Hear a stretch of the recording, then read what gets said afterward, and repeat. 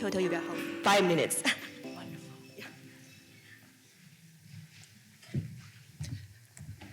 Good morning, everyone. My name is Claire Summer. I lead the initiative called Aim to Flourish at the university called Case Western Reserve University. At Case Western Reserve University in Cleveland, Ohio.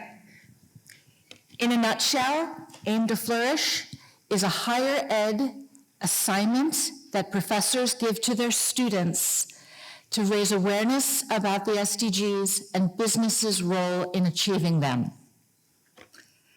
Simple. Students go out into the community and interview an inspiring business leader who's already doing something for the SDGs as a core part of their business. We're proving the case that business for good is a powerful lever for achieving the SDGs. The students write about what they learn and publish a little mini case study on our website, and then each year we celebrate the 17 best of the best stories with the Flourish prizes. Here it is. It's a free online program. We provide everything free to professors and to students all around the world. We're supported by the UN through UN Global Compact Prime, and we have lots of friends here as well. We're a member of SDSN, you'll hear from Dario in a bit, and we're close colleagues and great friends with JC Kotaran, who leads Suli Test, which you should definitely hear about and was already mentioned in the previous presentation. We're a global resource. We're here for all of you. I would love it if you'd come and we can talk and we could offer Aim to Flourish at your university. We also now have high school students doing Aim to Flourish. It works beautifully, but we were designed and targeted to be serving the higher ed business community. We're an annual celebration, like I mentioned. Come to our website. Since June of 2015, when we launched, we've had over 1,700 positive mini case studies about the SDGs being achieved through business, every one of which is written by a student, a young person who's a leader of tomorrow. So why are we doing this? We want every student everywhere to be inspired and ready to be an SDGs leader. We're ready to partner with all of you. I'm delighted to be here, and I have great thanks to Francois and to everyone with the Geneva Trialogue for making it possible for me to be here today. That's it.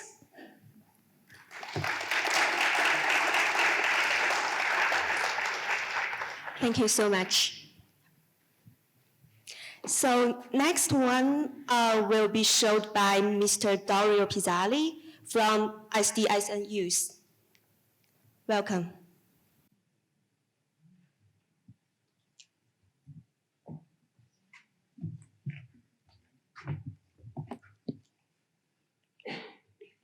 Okay. Hi, everyone.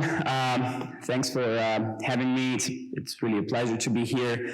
I'm the project leader for the solutions team of SDSN Youth. Of course, SDSN has been mentioned before.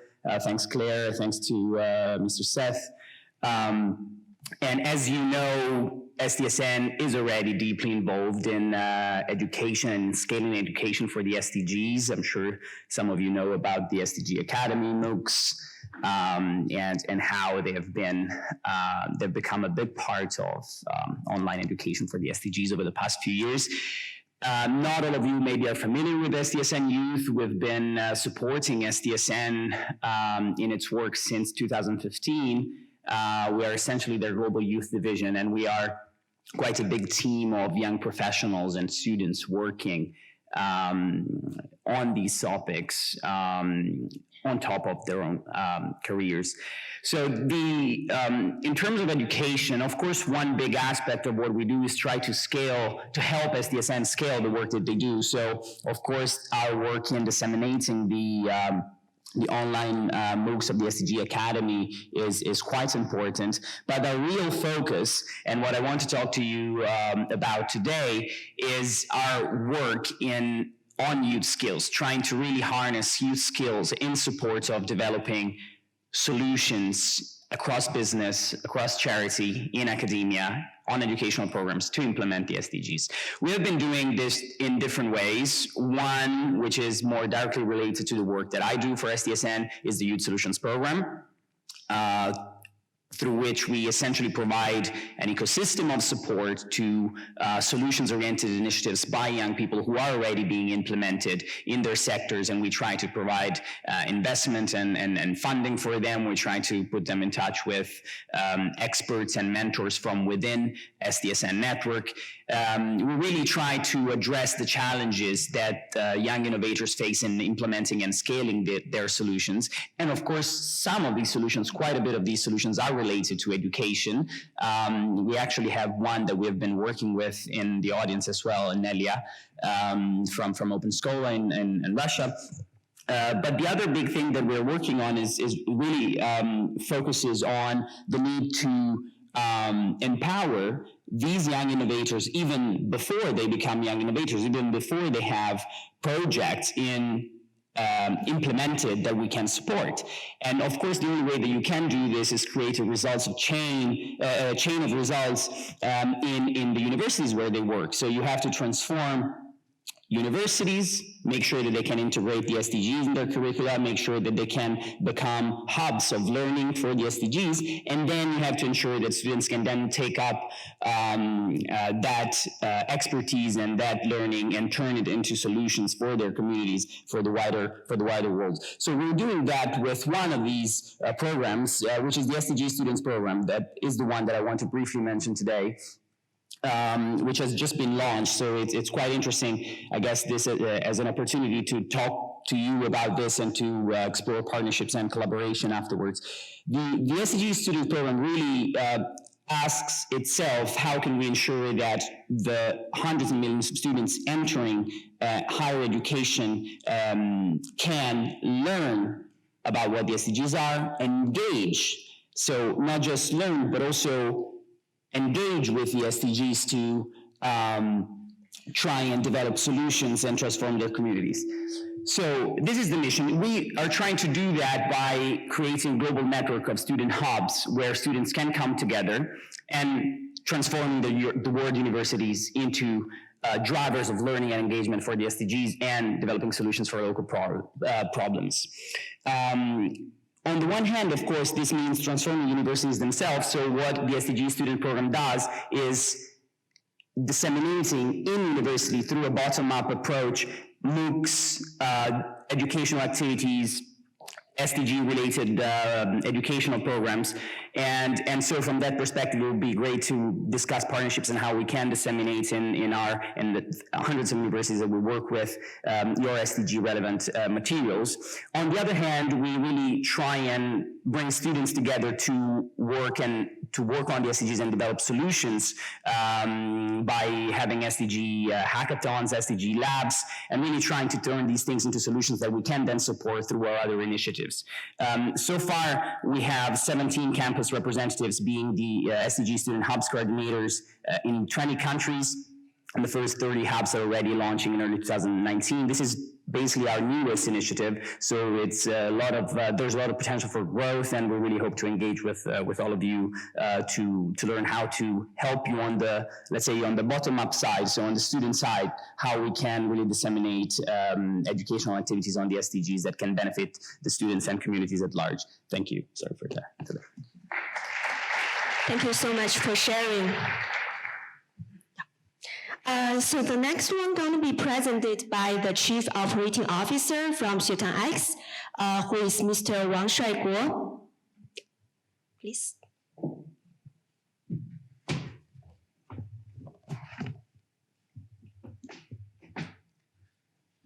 Thank Thank you, everyone. Good morning. It's a great pleasure to stay here to share the works of the XuetangX. In 1913, Tsinghua University launched the first Chinese MOOC platform in the world called XuetangX. Xutang is in Chinese, it means school. And over the past 5 years, there are more than 2,000 courses in XuetangX and covering more than 20 million learners across the world. There are more than 200 countries and regions from 200 countries and regions.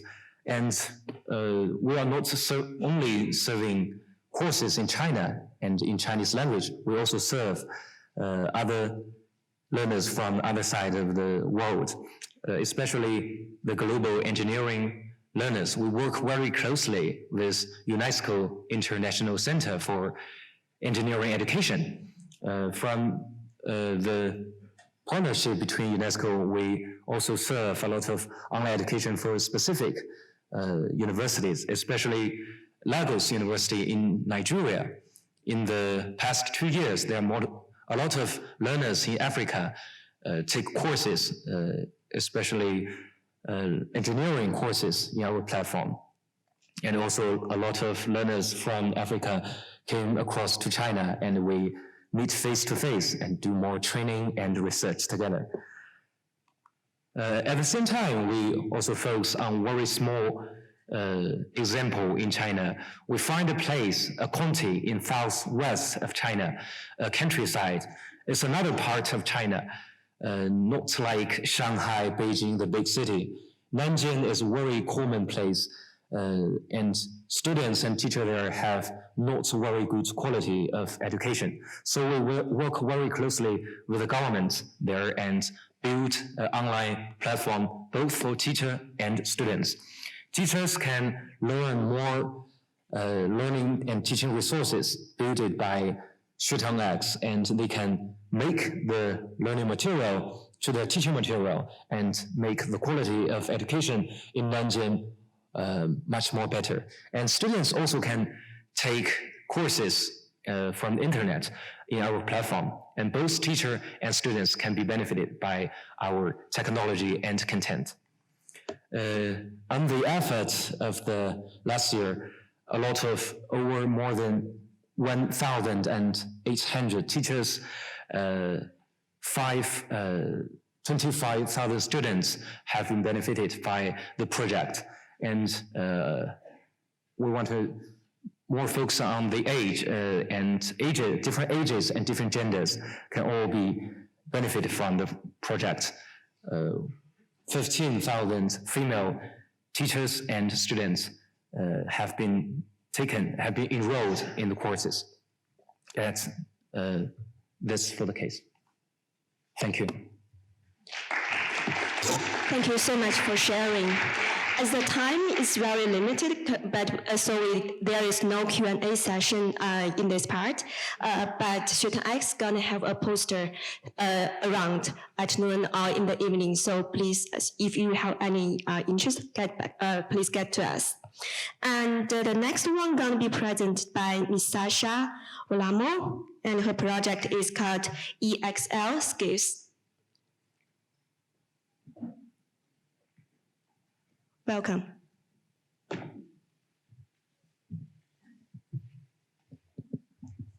Thank you, Francois, Université de Genève, UNITAR, and Tsinghua for helping organize all of this, and XuetangX in China. I'm Sasha VARLAMOV, and since I was 11 years old, all I can remember is being a self-taught software developer. Since 14, I was employed, and now at 18, I'm really proud to be leading the bright and passionate team at EXLSkills based in Hong Kong, San Francisco, and now in India, where we have pioneered the leading ecosystem of open source courseware, standards, and technology that since public launch in September of 2018 has reached over 1 million users, largely in the emerging nation of India. To date, we have raised over $2.4 million in venture capital and are now going beyond pure online with an innovative digital diploma program to promote a blended remote and on-site tech training program that will guarantee all accepted applicants guaranteed job placement in IT in India. The problem in India is that over 75% of engineering graduates are qualified as unemployable. But 33% of our jobs are all going to need digital skills in 2020. And there's a lot of uncertainty. Many of these students will not even be in jobs that exist today. So we're tackling this with an open source approach to building courseware content, standards, and releasing it all online for free without login walls and without paywalls. To date, over 1 million people have accessed these. And now, taking people who have learned for free to the next level to get them employed, we're launching digital diplomas. Of the top candidates that are selected in online applications and interviews, they'll be all entered into a 12-week project-based remote learning program run by our instructors largely in San Francisco. And then they will move into commercial projects on-site in our offices in Bangalore. Subsequently, after receiving high-quality OTJ training, on-the-job training, they're able to move directly into jobs at companies like Infosys and Accenture to continue their technology careers and continue their retraining throughout their career. So since 2018, the other most interesting thing is that we've had our courses built by a community of over 400 people. In addition to all the users online, we believe this is the most important thing. Building courseware in a completely free and open source way on GitHub. And we're building partnerships, and that's why we're so excited to be presenting here in Geneva, because we know that partnerships are the key to building a wide open community that delivers results. Thank you, and join us in delivering the education of the future to billions of people around the world. Thank you. Thank you so much. So the last presenter gonna join us remotely. We are gonna use Skype. Her name is Victoria Iboya. The project is called OneAfricaChild Foundation.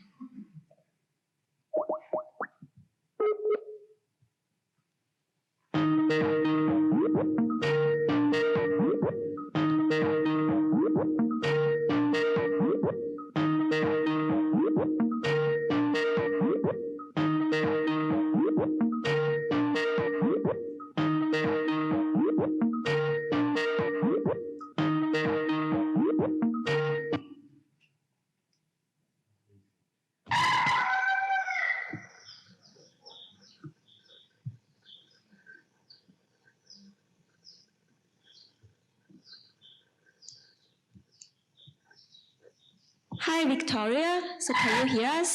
Hello. Hi. Can everybody hear me? Yes. So I already introduced you, so you can start. Okay, great. Can you all see the screen? I'm sharing my screen with you right now.